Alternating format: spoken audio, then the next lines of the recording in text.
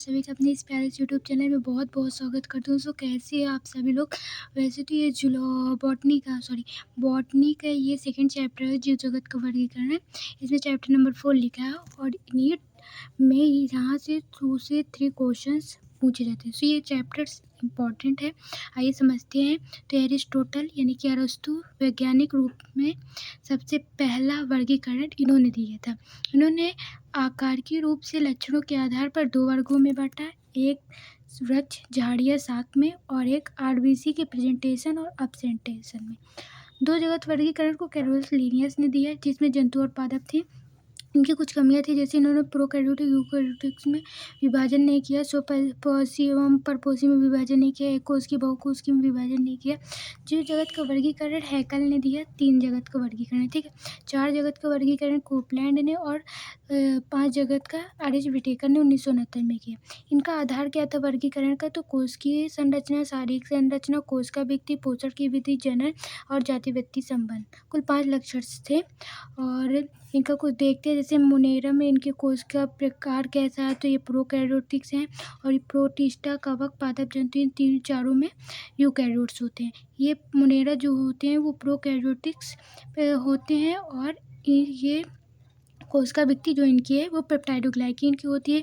Protista की कुछ में उपस्थित होती है, जैसे डायनोफैजिएट और कैसोफाइट में होती है, ठीक है। कवक में काइटिन की बनी होती है, पादप में सेलुलोज और जंतुओं में जैसे कि हम लोगों में अनुपस्थित होती है। और केंद्रक झिल्ली की बात की जाए तो ये मुनेरा में अनुपस्थित होती है, बाकी सभी में उपस्थित होती है। कोशिकाएं की बात की जाए तो मुनेरा एक कोष की होती है, प्रोटिस्टा भी एक कोष की होती है, परंतु मुनेरा एक कोष की प्रोकैरियोटिक्स होते हैं, जबकि प्रोटिस्टा एक कोष की यूकैरियोटिक्स होती है। कवक जो है वो बहुकोष की है, पादप में ऊतक अंग स्तर का संगठन है और जंतु में ऊतक अंग तंत्र स्तर का संगठन है, क्योंकि इसमें स्ट्रक्चर्स आ जाती है जैसे हम लोग ह्यूमन बॉडीज़ में है।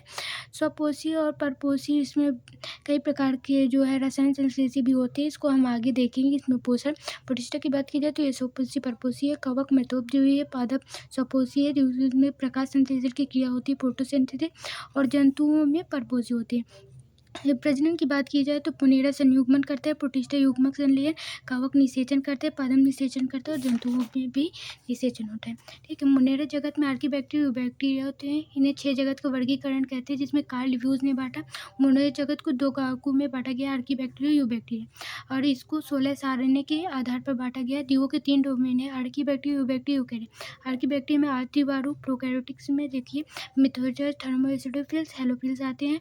यूबैक्टीरिया उसमें जो है वो उसमें वास्तविक जीवाणु इनको बोलते हैं, और ये आदि जीवाणु यानी कि कई साल पुराने जीवाणु है। आदि जीवाणु में यूबैक्टीरिया में सामान्य जीवाणु, नीलहरी शैवाल, माइक्रोप्लाज्मा, पिपीलियो आते हैं, और यूकैरियों में प्रोटिस्टा, पादप, कवक और जंतु आते हैं। मुनेरा जगत सभी प्रोकैरियोटिक जगत इस जगत में आते हैं जितने भी प्रोकैरियोटिक्स हैं और एक कोष के हैं। जीवाणुओं को सर्वाधिक मात्रा में पाए जाते हैं, इसलिए इन्हें जीवाणुओं का जगत भी कहते हैं। 4 आकार के जीवाणु है, जैसे गोलाकार कोकस, छड़ाकार बेसिलस, कौमाकार विब्रो, सर्पिलाकार स्पाइरुलम। नोट देखते हैं कि जीवाणु मुनेरा कोष में कोष का संरचना सरल होती है, परंतु पोषण उपजय रूप से सर्वाधिक प्राचीन और पुराने जीवाणु कोष के इनमें कठोर पर्यावरण आवास होता है, क्योंकि प्रतिकूल आवासों में पाए जाते हैं। ऐसे कठोर आवासों में अनुकूल हेतु कोष का भित्ति कार्य करते हैं, क्योंकि इनके कोष का भित्ति पॉलीसेक्टाइड एवं ग्लाइकोप्रोटीन से निर्मित होती है। इनमें पेप्टाइडोग्लाइकेन एब्सेंट होते हैं, इस कारण इनकी भित्ति में स्यूडोमेरिन यानी कि क्यूटमेरिन कहलाती है। और आर्कीबैक्टीरिया में जो मिथोजन है वो मीथेन यानी कि CH4 का उत्पादन करते हैं, बायोगैस में प्रयोग किया जाता है। अवायवी होते हैं, दलदली क्षेत्रों में जुगली करने वाले जंतुओं में के अमाशय में पाए जाते हैं। थर्मोएसिडोफिल्स जो है वो हार्ड सल्फर स्प्रिंग आवास गर्म झरनों में पाए जाते हैं, जहाँ पर 80 डिग्री सेंटीग्रेड होते हैं, अधिक तापमान एवं अम्लीय आवासों में पाए जाते हैं। हेलोफिल्स जो है वो लवड़ी नमक वाले आवासों में पाए जाते हैं, ठीक है। यूबैक्टीरिया की बात की जाए तो इन्हें वास्तविक जीवाणु कहते हैं। इनमें पोषण पाए जाते हैं, इस कारण इनके व्यवहार में जटिलता होती है। स्वपोषी कम जीवाणुओं में स्वपोषी पोषण होते हैं, पर परपोषी अधिकांश जीवाणुओं में। तो स्वपोषी में प्रकाश संश्लेषी आती है। प्रकाश संश्लेषी green sulphur bacteria, purple sulphur bacteria और नीलहरी शैवाल आती है, साइनव जीवाणु जिन्हें कहते हैं। रसायन संश्लेषी में नाइट्रोजीकरण जीवाणु, आयरन जीवाणु, हाइड्रोजन जीवाणु और अपघटन जीवाणु आते हैं, जैसे दूध से दही बनने वाले, ये परपोषी में आते हैं, ठीक है। एंटीबायोटिक का उत्पादन करने वाले लिग्यूम पादपों की जड़ों में पाए जाने वाले लिग्यूम क्या है, जो जल, तना और सेम में पाया जाता है, उन्हें लिग्यूम कहते हैं। ठीक है। नीलहरी शैवाल साइनोबैक्टीरिया क्या है, तो सभी साइनोबैक्टीरिया प्रकाश संश्लेषी स्वपोषी होती है। प्रकाश संश्लेषी वर्णन क्लोरोफिल होता है, जिसमें फाइकोबिलिन और फाइकोइरिथीन, फाइकोसाइनिन होते हैं। नीलहरी शैवाल प्रकाश संश्लेषण के द्वारा ऑक्सीजन मुक्त करते हैं और ये पृथ्वी में पहले ऑक्सीजन मुक्त करने वाले जीवाणु हैं।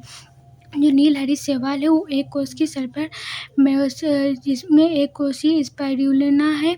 स्पाइरुलिन और कॉलोनी जो बनाते हैं, कॉलोनी बना के रहते हैं, उनमें नॉन स्टॉक एनाबिना है, तंतु में फिलामेंट नॉन स्टॉक और ओस्लोटेरिया है। हेटेरोसिस्ट इसमें एक विशेष प्रकार की संरचना पाई जाती है जो नाइट्रोजन स्थिरीकरण में सहायक है। इसलिए इसमें अच्छे से जो डॉट है साइड में, और वायुमंडल में नाइट्रोजन को अमोनियम बदल देते हैं। नॉन स्टॉक एनाबिना, ओस्लोटेरिया और लूसोरिया जैसे नीलहरी शैवाल नाइट्रोजन स्थिरीकरण कहते हैं। प्रदूषित क्षेत्रों में शैवाल प्रस्फुटन होता है जो 30 में तेज दर से वृद्धि करते हैं। नीलहरी शैवाल के बारे में देख लिया। फिर नाइट्रोजन स्थिरीकरण जीवाणु जो है नाइट्रोजन को अमोनिया में बदलते हैं, उसमें सहजीवी और स्वतंत्र जीवी होते हैं।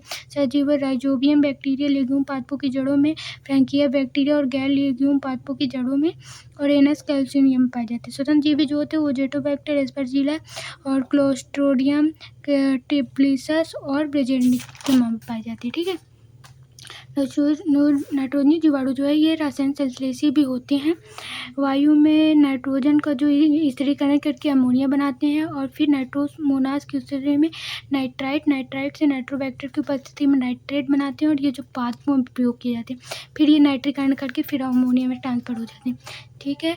आप सभी का बहुत बहुत धन्यवाद मेरे चैनल को इतना ज़्यादा सहायता करने के लिए। लाइक, सब्सक्राइब, शेयर करिए, कमेंट करके बताइए आपको वीडियोस कैसी लग रही हैं। और नेक्स्ट वीडियो में हम जीवों में जनन समझते हैं और इसके साथ हम इस चैप्टर के आपको PYQ सीरीज़ के माध्यम से क्वेश्चंस भी करवा देंगे। Thank you so much.